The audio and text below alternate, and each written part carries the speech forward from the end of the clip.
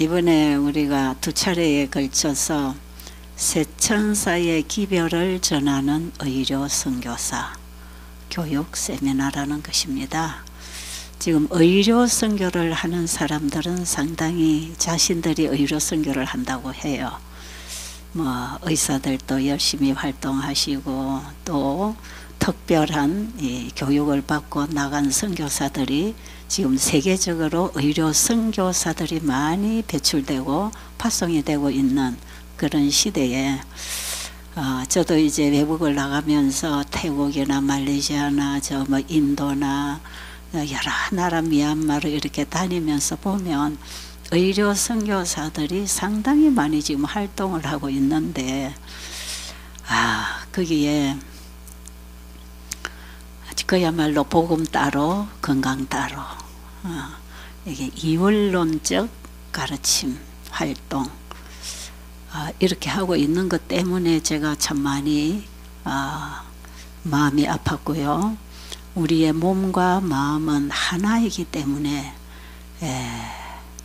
복음과 율법도 하나이기 때문에 영원한 복음과 건강기별도 한 몸으로 가지고 가라는 것이에요. 그래서 이번에 우리는 영원한 복음인 세천사의 기별과 건강기별은 몸과 팔의 관계로서 하나의 복음으로 전파되어서 건강이 회복되는 과정을 통해서 창조의 하나님에 대한 신뢰가 생기고 창조주께로 돌아오는 참된 부흥과 개혁이 일어날 수 있는 그 사업이 세천사의 기별과 건강기별 사업이 함께 이루어질 때 우리의 삶 속에 근본적인 변화가 일어납니다. 그래서 예수님께서 하신 의료 선교도 천국 복음을 전파하시면서 천국 복음이신 예수님 자신이 치유자이셨습니다. 그래서 사람들에게 건강을 회복시켜주고 봉사하시는 일을 통해서 그들이 어떻게 구원을 받는가 하는 원리를 알려주기를 원하셨고요. 예수님이 병자 치유를 통해서 보여주신 그 증거는 하나의 비유적이고 실제로 우리는 예수님을 믿음으로 받아들인 그분의 의를 가지고 하늘에 갈 자격을 준비하는 것입니다.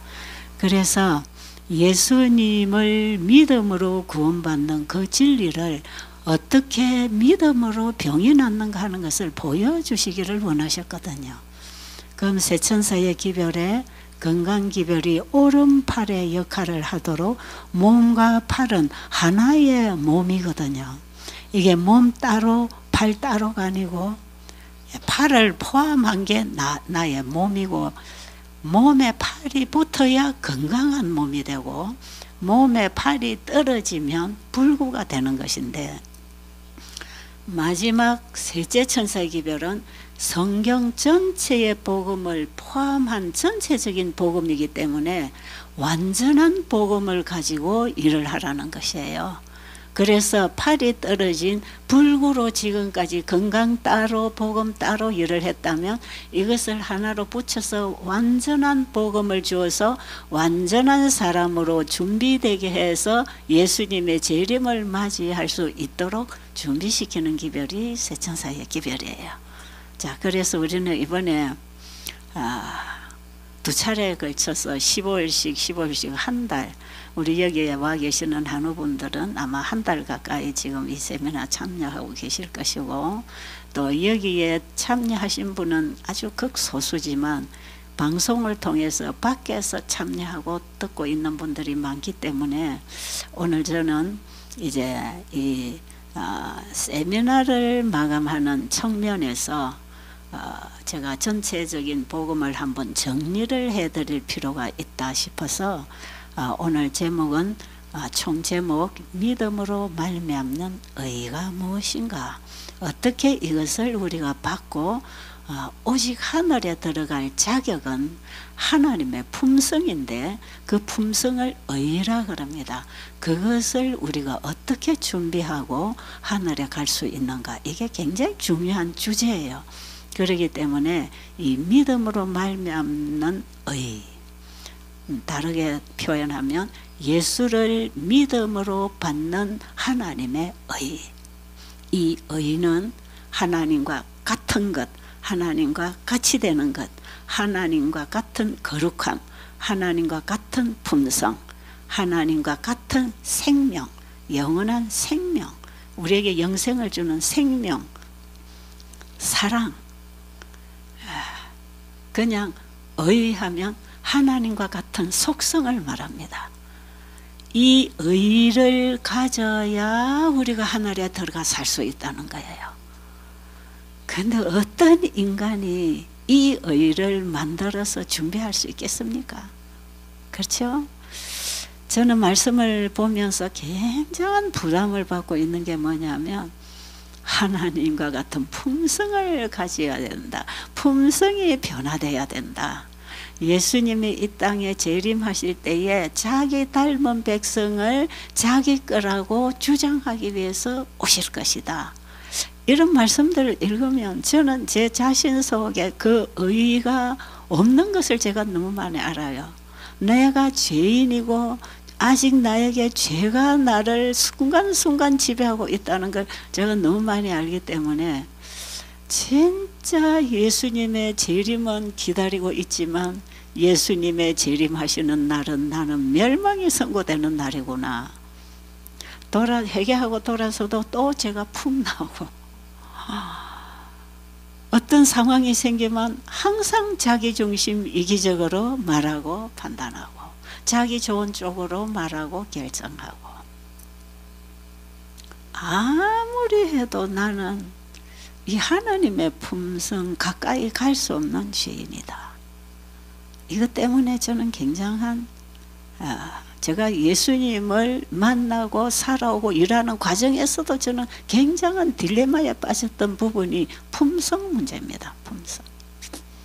그리고 저는 워낙 또 태어나기를 아주 그냥 품성이 부드럽고 온화한 여성으로 태어나지 않아서 성질도 급하고 강하고 그냥 사람들이 별로 부드럽게 다가올 수 있는 그런 성향을 가지고 태어나지를 못해서 나 같은 사람은 복음을 담아서 전할 그릇으로는 불합당하다고 늘 생각하면서 저는 이 복음 전하는 일을 안 하고 주저앉으려고 매번 제가 주저앉았거든요. 또 그런 상황이 올 때마다 이제는 끝내야 되는 거구나. 내가 이런 상태로는 안 되는 거구나. 이런 문제를 가지고 저는 굽이 이 오르막과 내리막을 거쳐오면서 40년의 지금의 세월을 걸어오면서 가장 제가 딜레마에 빠져 있었던 것이 그러면 내가 전하는 이 복음을 왜 나는 못 가지고 있을까? 제가 믿음으로 말미암은 의의 복음을 전하면서도 왜 그럼 내 속에는 그게 없을까? 왜 나에게는 지금도 이렇게 죄가 나오고 있을까? 이제 이런 것 때문에 제가 상당히 고민해서 어떤 때는 제가 나는 더 이상 믿음으로 말미암은 의 복음을 전하지 말아야 되겠다. 나도 안 되는 것을 어떻게 남에게 전할 수 있나? 그래서 제가 포기까지 여러 차례 했던 그런 좌절과 고민 속에서 정말 말씀을 찾고 찾아서 어딘가에 나와 같은 죄인을 위하여 예수님이 오셨으니까 희망이 있을 것이다. 그래서 저는 참 깊이 고민하면서 말씀들을 연구를 했고요. 그 연구해서 받은 답을 오늘 여러분에게 좀 전체적으로 정리를 하면서 그 답을 딱 가질 수 있도록. 좋지요? 좋습니까? 기대하시고 마음을 준비하시고 관심을 가지시고 지금 제가 갈등하는 이 문제가 또 여러분들의 갈등이기도 할 것이에요.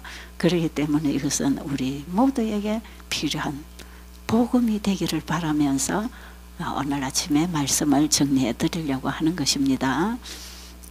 자, 우리는 그동안에 많이 이제 건강기별이 뭐며 어떻게 병이 나며 예수님이 누구며 어떻게 믿음으로 거듭나고 성화되고 주님 안에 사는가, 내가 죽고 예수님으로 사는 건 뭐며, 계시록 14장 12절에 예수 믿음을 지키는 자는 어떤 믿음을 가진 자인가, 이런 거는 이제 우리가 굉장히 부분적으로 많이 한 시간씩 이제 강의들을 많이 들었고, 오늘 제가 이제 총 정리를 한번 한다면, 성경 전체는 예수님을 믿음으로 얻는 의입니다. 그걸 가르쳐주는 책입니다.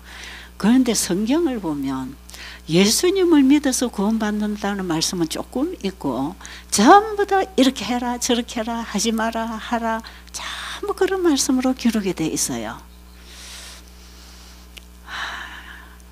그런데 우리가 성경을 보거나 예언의 신을 읽을 때에 성경이나 예언의 신에서 말씀하시는 그 품성은 하나님께 속한 것입니다.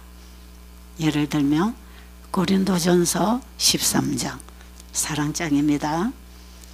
내 있는 것으로 다 구제하고 또 내 몸을 불사르게 내어줄지라도 사랑이 없으면 무익하고, 그 다음에 천사와 같은 말을 할지라도 사랑이 없으면 울리는 꽹과리가 되고. 와, 사랑이 뭡니까? 굉장한 표준이지요. 그리고 사랑은 오래 참고 온유하고 뭐 절제하고 쭉쭉쭉쭉. 사랑은 뭐다? 그 중에 제일은 사랑이다.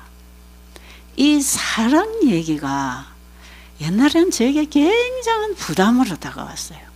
나에게는 이런 사랑이 없어. 내가 아무리 봉사하고 복음을 전하고 영혼을 위해서 내 일평생을 살아도 내 안에 진정한 사랑, 나를 충족시켜줄 그 사랑, 거짓이 없는 사랑, 사랑합니다 하는 말을 자연스럽게 내보낼 수 있는 그 사랑, 우리 인간이 인간 사이에 하는 그 사랑하고는 전혀 차원이 다른 사랑을 여기서는 말씀하고 계신 것이거든요. 그리고 성경 전체를 보면 갈라디아서도 보면 성령의 열매, 그 성령의 열매는 이런 것이다 이런 것이다 쭉 할 때 가만히 내 자신을 살펴보면 나는 이런 열매가 하나도 맺히지 않는 사람이구나. 이제 이런 것 때문에 엄청 갈등이 생기고, 그 외에도 70번씩 7번을 용서해라, 가진 것을 다 나눠주고 나를 따르라, 뭐 원수를 위해서 복을 빌어라, 성경에서 우리에게 이리 해라 저리 해라, 이건 하지 말고 이렇게 해라, 그런 거 있잖아요. 이것을 우리가 성경을 읽고 가르침을 받아서 행한다면 이거는 도덕신앙을 하게 하는 것이에요. 그 성경은 하나의 도덕서가 아닙니다. 그런데 어떻게 보면 도덕서처럼 되어 있어요. 윤리와 도덕이 쫙 쓰여 있어서 성경보다 더 완벽한 도덕서는 없을 거예요. 그리고 이렇게만 살아가면 이 세상이 더 이상 죄인들이 사는 곳이 아니고 천국일 것이에요. 그런데 성경을 읽으면 우리는 그것이 불가능한 것을 알게 되잖아요. 자, 그러면 성경 전체를 통해서 우리에게 주시는 이 말씀들, 말하자면 이거는 하나님의 불변하는 율법이에요. 그분의 말씀. 하나님의 말씀이 10계명 가운데 10가지의 조항으로 되어 있지만 이것을 다 풀어 헤치면 성경 전체고 예언의 신 전체예요. 이것을 하나로 다 끌어모아서 꼭 짜면은 그게 사랑이 있어야 되는, 사랑이 나오는 것이에요. 그런데 성경이나 예언의 신을 보면 정말 어려워. 불가능해. 부담스러워. 그러니까 말씀이 꿀송이처럼 단 게 아니고 아멘이 아니고 이건 어렵다, 나 못하겠는데요. 이제 이런 결론을 내가 스스로 내리면서 말씀을 밀어내잖아요. 그래서 성경이나 예언의 신을 읽어서 내가 그대로 행하는 것은 불가능이다. 이걸 먼저 알아야 합니다. 그래서 제가 늘 그러지요. 성경을 읽을 때 우리는 예수님의 보혈의 피를 이미 베이스로 깔고 본질을 하고 말씀을 이해해야 된다. 그게 뭐냐면 우리에게 주신 하나님의 율법, 그것이야말로 우리에게 가장 큰 선물이고 그것은 우리를 하나님과 같은 품속으로 만들어준다고 우리에게 표준을 세워준 것인데 우리 인간은 거기에 도달할 수가 없다. 이 도달할 수 없는 인간을 위하여 예수님이 대신 인간의 죄를 가지고 십자가에 죽으셨다. 그리고 우리의 죄는 그분이 가져가시고 그분의 영원한 생명을 우리에게 주시려고 하나님의 아들이 이 땅에 오셨다. 그것이 전제가 돼야 됩니다. 그 다음에 그래서 이 복음으로 믿음으로 말미암는 의로 성경을 풀어가면 행위신앙에서 벗어나고 예수님을 붙잡고 살게 돼 있는 것이에요. 그래서 저는 성경이나 예언신 전체는 예수님의 피로서 쓰여진 혈서라. 저는 제가 개인적으로 그렇게 표현을 해봅니다. 이 성경과 예언신 예수님의 피로서 쓰여진 복음 혈서다 이거는. 내가 너에게 이것을 주려고 너의 죄를 내가 담당했다. 그게 성경이죠. 그러니까 우리는 성경에서 하나님이 주시는 말씀의 표준 그 의에 우리가 도달할 수 없지만 예수님이 그걸 우리에게 주시려고 나의 죄를 그분이 담당했다는 걸 믿겠습니까? 자, 여기에 이제 우리의 믿음으로 받는 의, 믿음으로 말미암은 의가 여기에 우리의 믿음이 서야 합니다. 자, 그런데 갈라디아서 3장 19절에 읽어주시겠습니까, 목사님? 갈라디아서 3장 19절과 24절 읽을 텐데 19절만 일단 읽어주세요. 갈라디아서 3장 19절 그런즉 율법은 무엇이냐? 그 법을 나뉘어 더한 것이다. 천사들로 말미암아 정보의 손을 빌어 베푸신 것입니다. 약속하신 자손이 오시기까지 네, 저는 이 말씀에서 굉장히 큰 복음을 깨달았습니다. 자, 지금 갈라디아서는요, 바울이 전하는 믿음의 의와 그 유대인들이 주장하는 이 율법과 대치되면서 계속 싸우고 있는 장이잖아요. 여기서 그러면 율법이 뭐냐? 이제 바울이 이걸 지금 설명하는 거지요. 율법은 뭐냐? 율법이 뭡니까? 우리가 쉽게 생각하는 모세가 두 돌비에 받은 십계명 아닙니까? 그런데 이 십계명의 조항은 10개가 돼 있지만 사실 그건 하나거든요. 그런데 아담 하와가 천사들과 함께 범죄하기 전에 하늘에서 살 때에는 이런 조항이 필요가 없었어요. 그들은 하나님에 대한 믿음을 가지고 그분의 말씀에 순종하는 삶을 하나님과 연결해서 사랑의 사람으로 사랑의 삶을 살고 있었기 때문에 하늘의 천사들이나 아담 하와가 범죄하기 전에는 하늘에 율법이 있는지 없는지도 몰랐다 그랬어요. 그냥 너무나 자연스러운 거. 여러분, 이 천연계가 씨가 나서 자라서 열매를 맺기까지 뭐 법칙에 따라서 일하고 자라겠습니까? 그냥 되어지는 것이에요. 하나님께서 키우시는 것이에요. 그와 마찬가지로 죄가 없는 하늘 우주에는 그냥 하나님이 사랑이시고 사랑이 생명으로 창조물들에게 와서 우리는 그 생명체로서 사랑을 함께 누리고 사는 사랑의 사람으로서 우리 안에 사랑이 역사할 때는 계명을 지켜야 된다, 범했다 이런 게 없는 것이라 그냥 사랑으로 사는 것입니다. 그냥 나무가 자라고 자연스럽게 자라고 꽃피는 것처럼 그냥 사는 것이에요. 그런데 그러면 율법이 무엇이냐? 계명은 왜 왔느냐? 인간이 범법함으로 더하여진 것이다. 죄를 범한 이후에 우리에게 죄를 가르쳐 주려고 주신 것이 율법이다. 이해하시겠어요? 죄인들에게 죄가 뭔지를 가르쳐 주려고 온 게 율법이다.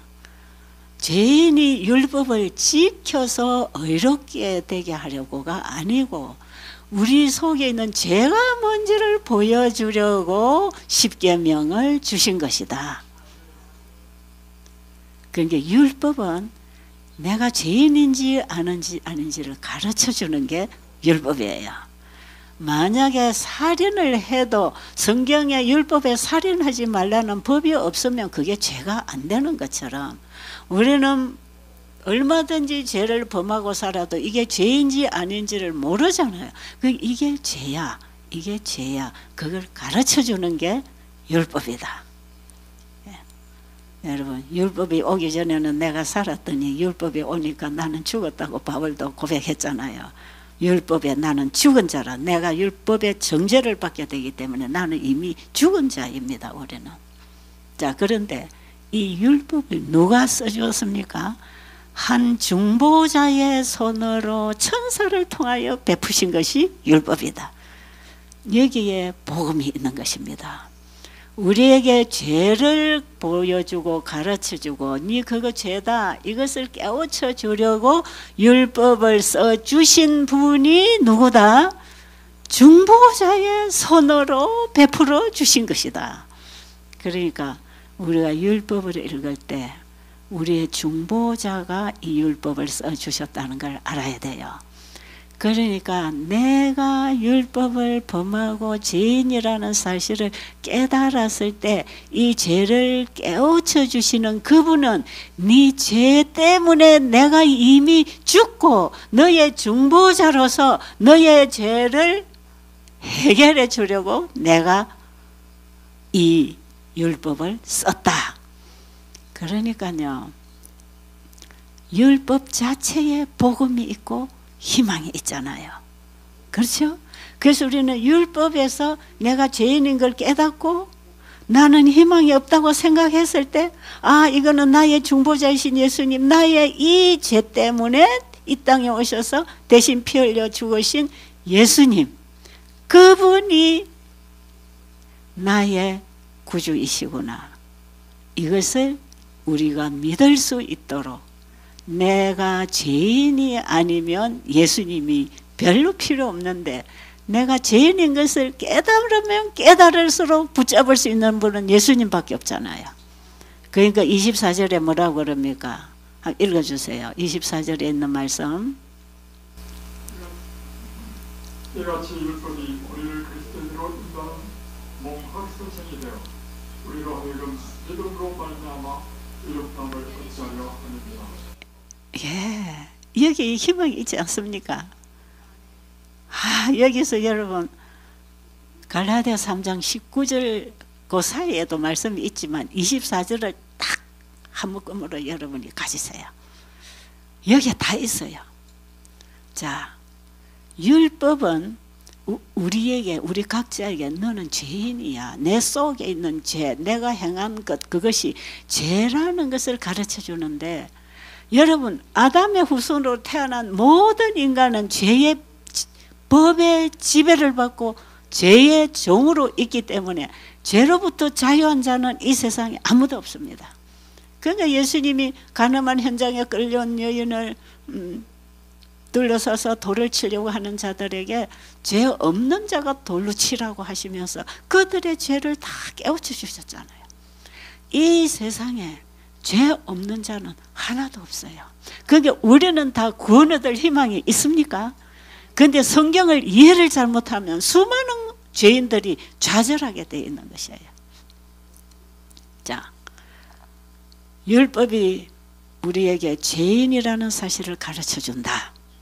여기서부터 여러분들은 내가 어떤 인간인지를 성경을 통해서 봐야 돼요. 저는 성경을 봐도 지쳤는데 요한계시를 보니까 더 좌절하게 만들더라고요. 세상 생각 하나 말 하나 행동까지를 풀어서 이게 죄야.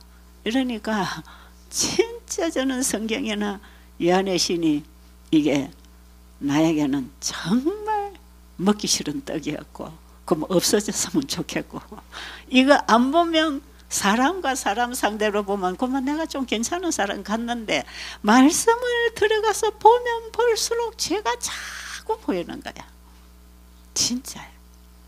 그러니까 말씀이 진짜 저는 보기 싫어서 다 덮어놓고 그냥 교회만 열심히 다니면서 봉사만 열심히 하고 그냥 착하게 살면 되는 줄 알았어요. 근데 내 속을 들여다보면 이게 다 죄잖아요. 근데 그 율법은 네 생각 자체, 네 말하는 동기 자체, 네가 아무리 사랑해 하고 가서 끌어안아줘도 네 속에는 그 사랑이 없잖아. 그런 걸 다 내 속을 뒤집어서 환하게 다 열어 보여주는 게 율법이에요. 그러니까 율법은 우리를 누구에게로 인도한다? 여러분, 율법을 내가 지켜야 어렵게 된다면 나는 구원은 바라볼 수 없는 불가능인데, 이 율법을 통해서 내가 죄인인 줄 아는 사람을 데리고 예수님께로 가는 것이 율법이다. 율법은 모학선생, 예수님께로 손잡고 안내해주는 안내자다 이 말이에요. 그러니까 나는 죄인이다 하고 희망이 끊어졌을 때 예수님께로 가자. 예수님께로 가면 그분이 너의 죄를 가지고 십자가에서 죄의 저주와 죄의 벌을 다 받으셨고, 그분이 가지고 온 그의 하늘의 속성이 되는 하나님의 품성을 너에게 주려고 예수님이 오셨다. 그래서 내 죄를 가지고 십자가에서 이미 피를 흘려 나를 대신한 속죄의 제물이 되어 죽으신 그 예수님을 믿음으로 바라볼 때 우리는 그분에 대한 사랑과 고마움과 감격함이 말로 표현할 수 없도록 가슴이 뜨거워지고 벅찹니다. 여러분 그 경험을 좀 해보셨나요? 제가 30대 후반에 그 이사야 53장에서 나를 대신하여 돌아가신 그 예수님을, 이사야 53장 전체는 예수님에 관한 예언이지만 저는 그 5절에서 그가 찔림은 나의 허물 때문이라, 우리의 허물이 아니라 우리의 구원을 위함이 아니라 나의 구원을 위해서 나의 죽음을 그분이 대신 주셨다는 거 아닙니까? 이사야서의 예언은 예수님이 오셔서 그분의 사명에 대해서 기록했지만 우리는 이미 그 예언이 성취되어서 2000년 전에 이루어진 과거로 우리는 지금 알고 있는 사람들 아닙니까? 그러니까 너무 확실했어요. 저에게는 너무너무 확실했어요. 예언이 그대로 현실로 성취된 모든 것을 우리는 지금 보면서 그 예수를 안 믿을 수가 있나요? 그렇잖아요. 우리는 예언을 통해서 기다린 그 백성들 입장도 아니고, 이제 우리는 기다렸던 분들이 예수님을 보고 만나고 그걸 증거한 증인들을 통해서 우리는 성경을 지금 보는 것입니다. 그러니까 우리는 십자가에서 뭘 봐야 되느냐? 나같이 희망 없는 죄인, 이 죄인이 되셔서 예수님이 돌아가셨다. 내가 되어 대신 죽으셨다. 실감납니까? 근데 왜 아멘도 안 해요? 실감나요 안 나요? 너무 기가 차는 내용 아닙니까? 하나님의 아들이, 거룩하신 하나님의 아들이 나를 구원하려고 내가 되어서, 지난번에 제가 나는 너다 이런 제목 한번 나갔어요. 강의가. 한번 나중에 찾아 들어보세요. 예수님은 내가 되려고 이 땅에 오셨어요. 나의 죄, 나의 죽음은 그분이 가져가시고 그분의 영생, 그분의 품성은 나에게 주셔서 나를 영원히 하늘 백성으로 만들어 주시려고 예수님이 오셨잖아요. 여러분 말씀을 보세요. 우리가 성경 공부를 해야 됩니다. 예언의 신을 깊이 읽어야 됩니다. 그래서 거기서 우리는 나는 이렇게 되고 있다고 자랑할 인간은 아무도 없습니다. 성경과 예언의 신의 말씀을 깊이 보면 볼수록 거기서 하나님의 품성을 다 계시하고 열어놓은 책이기 때문에 어떤 인간도 그 말씀에 일치한 자신을 볼 수가 없을 거예요. 없어요. 그럴 때에 나는 죄인이고 희망이 없을 때 그 좌절하고 있는 죄인에게 가장 큰 기쁜 소식, 나를 위하여 구주가 오셨다는 것입니다. 예수님이 나를 구원하려고 오셨다는 거 아닙니까? 그래서 예수님은 나는 의인을 부르러 온 게 아니라 죄인을 부르러 왔다고 할 때 예수님이 부르시는 대상은 죄인입니다. 그런데 나는 별로 죄가 없다고 생각하는 사람은 그분이 별로 필요가 없지요. 그 저는 너무나 절실하게 희망 없는 죄인인 걸 알았기 때문에 저는 예수님이 내가 되어 나의 죄를 속하고 죽으셨다는 이것이 나에게는 엄청난 복음이었어요. 너무 큰 복음이었어요. 저는 그 사실을 깨닫는 그날 저는 하루 종일 그 자리에 성경 앞에서 울고 있었다고요. 그리고 그때에 내 모든 것을 주님께 드리고 싶은 마음이 일어났어요. 왜? 이 큰 은혜를 무엇으로 보답할까? 그게 그냥 그 제 가슴 온통. 그래서 그때 저는 저를 주님께 드렸어요. 주님, 제가 주님께 드릴 것, 주님이 저에게 원하는 것은 내 재산이나 내 뭐가 아니라, 내 착함이 아니라, 내 몇십 년 해온 신앙이 아니라 주님이 나에게 구하시는 것은 상한 심령으로 드리는 죄, 그걸 예수님이 받으시기를 원하신다는 걸 알았어요. 그때 저는 한없이 회개할 때 진짜 통회하는 경험을 했어요. 나를 통째로 그분에게 드리면서 나의 모든 것을 드리면서 내 가족이나 내 가정의 나를 다 주님의 것으로 드리면서 앞으로 나에게 주어진 인생 삶도 생명도 주님께 다 드리겠습니다. 주님의 뜻대로 쓰소서. 그게 제 마음에서 주님의 사랑이 회개를 시켰고 주님의 사랑이 내 안에 왔을 때 저는 주님을 사랑하게 된 것입니다. 그래서 제가 어디를 다녀도 저를 소개하라 그러면 저는 예수님을 사랑하는 사람이에요. 그래서 그 예수님을 여러분에게 전해드리려고 왔습니다.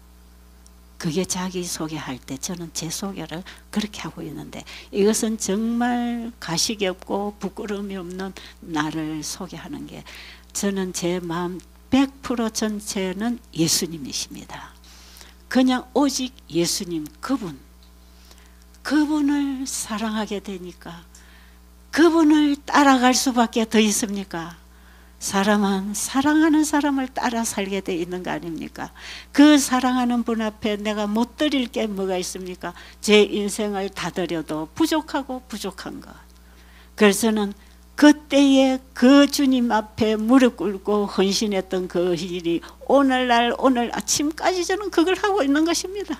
내가 잘해서가 아니라 내가 착하고 어려워서가 아니라 나의 모든 과거와 나의 죄는 그분이 이미 다 가지고 해결하셨고 앞으로 지을 죄까지도 다 가지고 죽으셨으니까 나는 그분에게 내 전부를 드리면 그분이 해결하실 걸 믿는 것입니다. 그래서 믿음으로 얻는 의, 주님이 주시는 의의 옷을 입는다는 것, 그게 뭔가 내 자신을 그분께 드릴 때 우리의 마음에 어떤 변화가 일어나는가.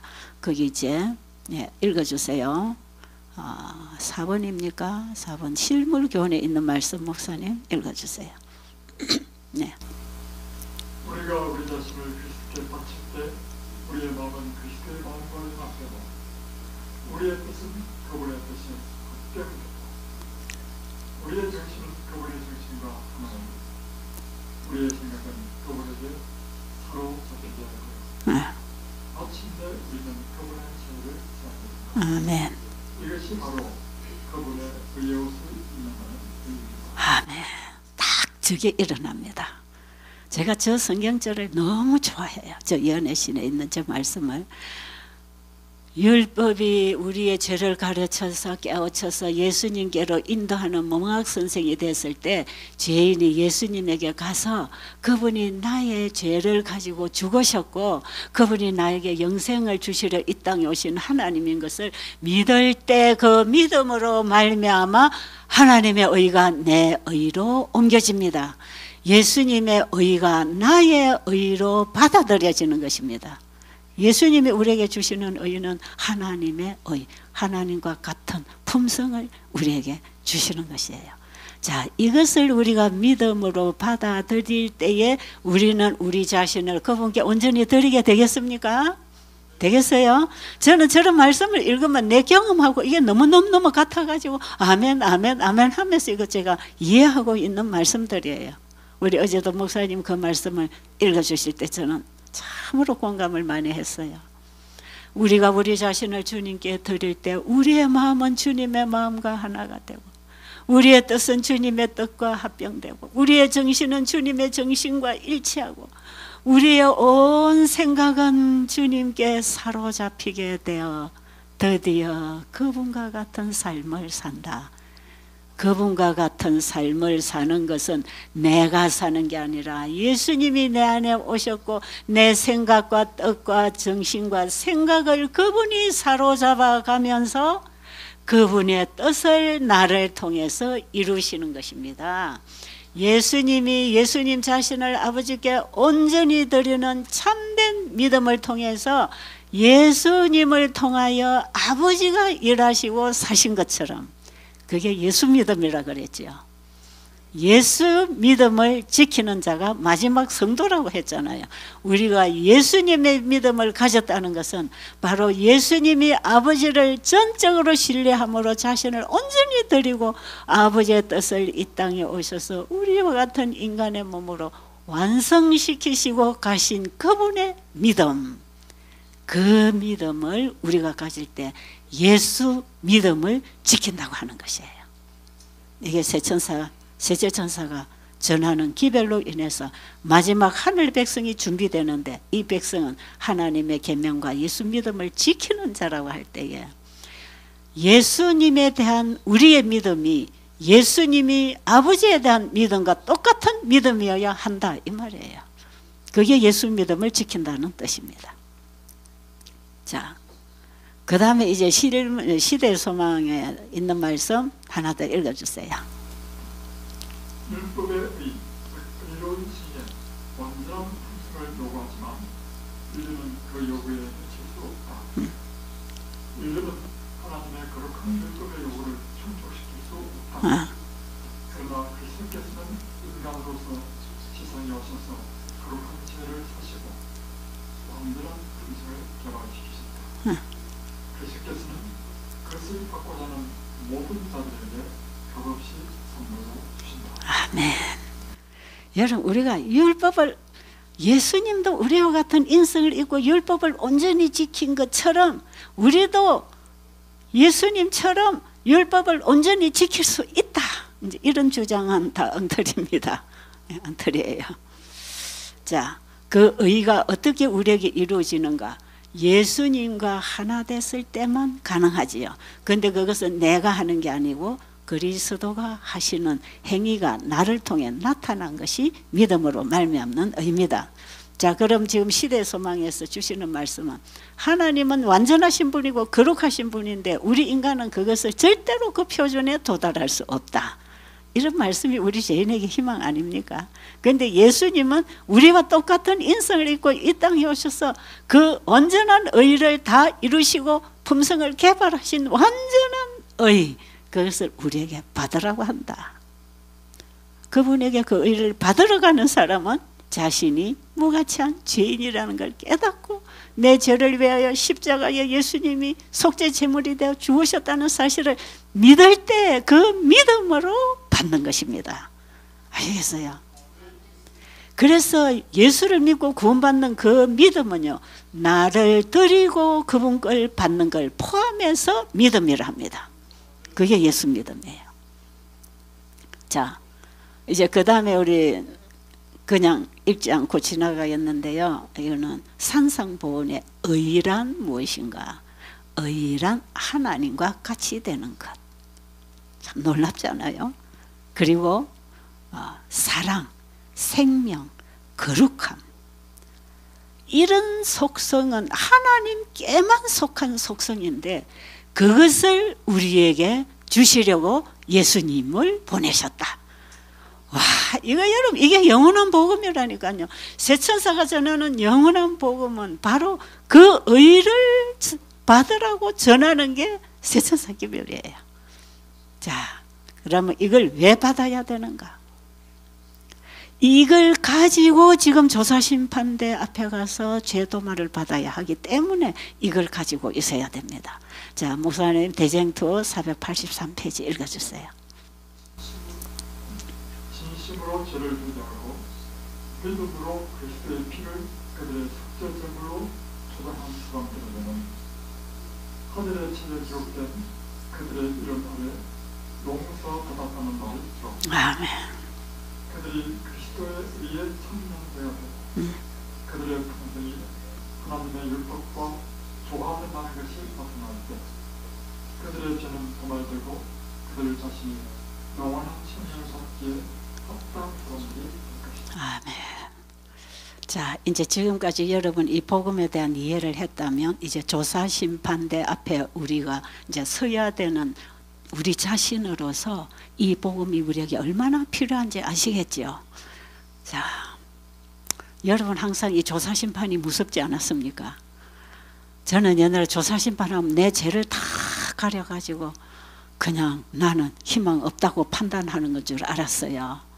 그런데 새 천사가 전하는 첫째, 둘째, 셋째 천사의 기별은 영원한 복음이라고 할 때 첫째 천사가 심판하실 시간이 이르렀다고 하는 그 심판은 영원한 복음입니다. 그렇죠? 예. 이 예수님이 지금 하늘에서 현재 1844년부터 지성소에 들어가셔서 행하시는 조사심판에 참여한 대상은 의인입니다. 악인들은 여기 심판에 해당하지 않아요. 어떤 사람이 의인입니까? 예수님이 주시는 의를 받아들여서 가지고 있을 때 예수님의 완전한 의로서 우리를 의롭다고 결정해 줄 것입니다. 여러분, 이 의를 받았다 할지라도 내 생각과 마음과 정신과 뜻이 주님과 하나로 일치되어서 주님의 뜻을 이 땅에 이루면서 열심히 우리가 복음사업에 참여하고 있다 할지라도 우리는 아직 죄의 몸을 가지고 있기 때문에 속사람과 그 사람이 전쟁을 하고 있는 날을 우리는 볼 수 있다 이 말이에요. 그런데 지금 이 시대 예수님은 조사 심판을 하고 계실 때 의인들을 조사해서 그들의 죄를 도말해서 그들의 회개한 죄를 사탄에게 옮겨서 사탄을 정죄 심판하십니다. 그러니까 조사는 의인이 받고 심판은 사탄이 받기 때문에 사탄이 무서운 시기가 지금이에요. 마지막 최후 심판이 선고될 것이기 때문에. 그런데 어떤 사람이 의인인가? 자기가 처절한 죄인이라는 걸 알고 통회하는 심령으로 자기를 하나님 앞에 온전히 예수님의 속죄를 믿고 드리고 그분이 주신 의 구원을 받은 사람, 예수를 믿음으로 말미암아 의를 소유한 사람, 이 사람을 하나님은 예수님이 주신 의를 가졌기 때문에 그거 가지고 의라고 인쳐주십니다. 그게 내 행위는 1%도 없어요. 주님이 자신의 보혈의 피로서 짜준 흰 두루마리에 우리의 의는 한 올도 섞이지 않아요. 우리 인간의 의는 다 더러운 의입니다. 여러분, 오늘 몇 구절 말씀에서 정리를 하지만 이 성경과 예언의 전체를 포괄하는 내용을 제가 오늘 몇 구절 소개를 해드리니까요, 여러분들 이 부분을 핵심을 가지고 말씀을 연구하시기 바랍니다. 자, 지금 우리는 지금 조사심판 받을 사람이에요. 저는 지금 내가 조사심판을 받고 있는 사람으로서 어떤 신앙을 하고 있어야 되는가, 그게 지금 나에게는 이게 굉장히 중요한 문제예요. 여러분, 조사심판을 받으러 가는 사람은 자기를 통회하고 회개한 죄인이 예수님이 주신 의를 받아가지고 조사심판 받으러 간다. 그게 지금 우리가 조사심판대 앞에 살고 있는 오늘날 속죄시대에 살고 있는 우리 인류들의 신앙입니다. 이게. 그게 우리 각자는 지금 뭘 살펴야 되는가? 내가 정말 예수 믿음을 지키고 있는가? 예수님이 자신을 아버지께 온전히 드림으로 아버지의 의를 소유한 그 예수 믿음을 내가 가지고 예수님의 의를 내가 소유하고 있는가? 근데 지금 심판장 되시는 예수님은 조사를 하되 내가 준 거 가지고 왔느냐? 그거 조사하십니다. 네가 얼마나 착하게 살고 선하게 살고 네 품성이 얼마나 변화가 되고 얼마나 헌신하고 열심히 일했느냐? 그걸 조사하는 게 아니고 내가 준 거 가지고 왔느냐? 천하 인간에게 구원을 주실 수 있는 분은 예수님밖에 없어요. 그 예수님이 내 전부가 됐을 때 내 속에 계신 예수님의 의를 가지고 예수님은 그래 그건 내가 준 거하고 똑같네. 그게 뭡니까? 하나님의 의, 그분의 품성. 그러면 율법은 하나님의 품성과 일치한 율법 아닙니까? 하나님의 율법의 그 속성은 하나님의 품성이에요. 그런데 하나님의 품성을 믿음으로 받은 내 안에 있는 그 하나님의 품성하고 율법이 가르쳐주는 율법의 속성인 그 품성, 그 사랑은 한 분의 것이기 때문에 하나입니다. 그런가요? 그러니까 예수님을 믿음으로 받은 이 품성하고 율법이 주는 품성하고 우리의 품성이 조화를 이룰 때 똑같은 것이다. 맞춰봐야 돼요. 가짜가 하도 많으니까 이게 진짜인가 율법하고 다 맞추어서 율법하고 똑같은 속성을 가지고 있는 사람이 오면 그 사람의 죄는 완전히 도말해버리고 우리 속에 가는 죄까지 다 도말하고 다음에 이제 내일 모레부터 지을 죄까지 다 도말해버리고 완전하게 우리로부터 죄를 분리시켜버리고 그분이 주신 그 의의 인을 쳐서 이건 내 거다 해서 그분의 영광을 드러내기 위하여 너전비를 부어주십니다. 그래서 너전비는 우리의 품성을 하나님과 같은 품성으로 완전하게 완숙시켜주는 비, 이게 너전비 성령이에요. 그 지금 우리에게는 너전비가 임하는 신앙을 해야 되는데 세천사의 기별은 마지막 성도가 인침을 받고 죄를 도말받고 너전비를 받아서 하나님의 품성을 온 세상에 드러내는 마지막 큰 애침을 하게 하기 위해서 우리에게 그 백성을 준비시키려고 세천사의 기별을 주셨으니까 세천사의 기별 전체는 믿음으로 말미암은 의로 풀어야 합니다. 여러분 지금까지 우리는 세천사의 기별을 계시록 13장 자꾸 교환권이나 짐승의 표만 신경을 썼잖아요. 이 믿음으로 말미암은 예수님의 의가 없으면 우리는 조사심판에 들어갈 자격도 없는 것이고 우리는 나중에 둘째 부활에 일어나서 우리는 멸망의 선고를 받을 것이에요. 지금 우리는 예수님을 내 안에 영접해야 됩니다. 예수님은 율법이시고 복음이시기 때문에 예수 믿음을 우리가 가지고 있을 때 하나님의 계명과 예수 믿음을 지키는 자가 되는 것입니다. 믿음과 계명, 믿음과 율법은 하나입니다. 믿음과 순종은 하나이죠. 그러면 믿음으로 말미암은 의는 율법에 일치한 삶이기 때문에 우리의 생애 속에 하나님의 율법이 실천되는 것 아닙니까? 이때의 천년계의 법칙과 우리 인체의 법칙이 연결되는 건강기별에 순종하는 것입니다. 그래서 건강들이 회복하는 것이에요. 여러분 우리 인체에 흐르는 법칙과 하나님이 창조하신 이 모든 천년계의 이 하나님이 세우신 법칙이 다 동일해요. 그래서 이 물질의 법칙이 천년계의 법칙이라면 우리의 품성의 법칙은 도덕법칙 아닙니까? 도덕법칙을 세우신 분이 천년계의 법칙도 같이 세웠기 때문에 이 두 법칙이 다 존중되어야 됩니다. 그래서 마지막 셋째 처제 기별은 완전하게 율법을 회복하는 하나님의 품성을 회복하는 거기 때문에 우리의 삶 자체도 거룩해야 되고 그래서 건강기별은 마지막 성도가 준비되는 생활의 방식들이고 원칙들이에요. 이것은 병 하나 고쳐주고 끝나는 일이 아니라 하늘 백성으로 준비시켜주는 기별이 건강기별이다. 그래서 이 사업은 제7일 안식일 예수 재림교회가 받은 마지막 사명이기 때문에 우리 재림교회가 다 이 세천사 기별을 가지고 오히려 선교로 나서서 온 세상에 병들어 죽어가는 영혼들에게 천국 복음을 전해서 오직 그들이 예수님을 받아들여서 그들의 삶 속에 온전한 율법 회복을 하는 하나님의 백성이 되도록 가르치는 것이 세천사 의료 선교사들입니다. 자, 오늘 여기까지. 평상시에 제가 많이 부분적으로 설명을 했기 때문에 오늘 총정리를 하셔서 이해가 되었으리라고 생각이 들고요. 기도드리고 마치겠습니다.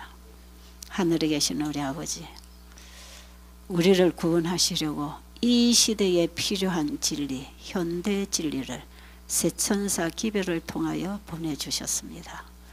이제 우리가 영원한 영생에 들어가느냐 못 들어가느냐는 이 시대에 주신 이 현대 진리로 판명될 것이기 때문에 우리는 이 복음을 깊이 연구하고 이해하고 경험하고 전하고 살아야 될 하늘이 보낸 진리라는 사실을 알기를 원합니다. 아버지, 이번에 부족한 딸이 부분적으로 어설프게나마 이 거룩한 복음을 전했습니다. 성령께서 각자들의 심령에 역사하셔서 하늘의 뜻을 분명히 깨달을 수 있도록 지도하여 주시옵소서. 예수님 이름으로 간절히 기도드립니다.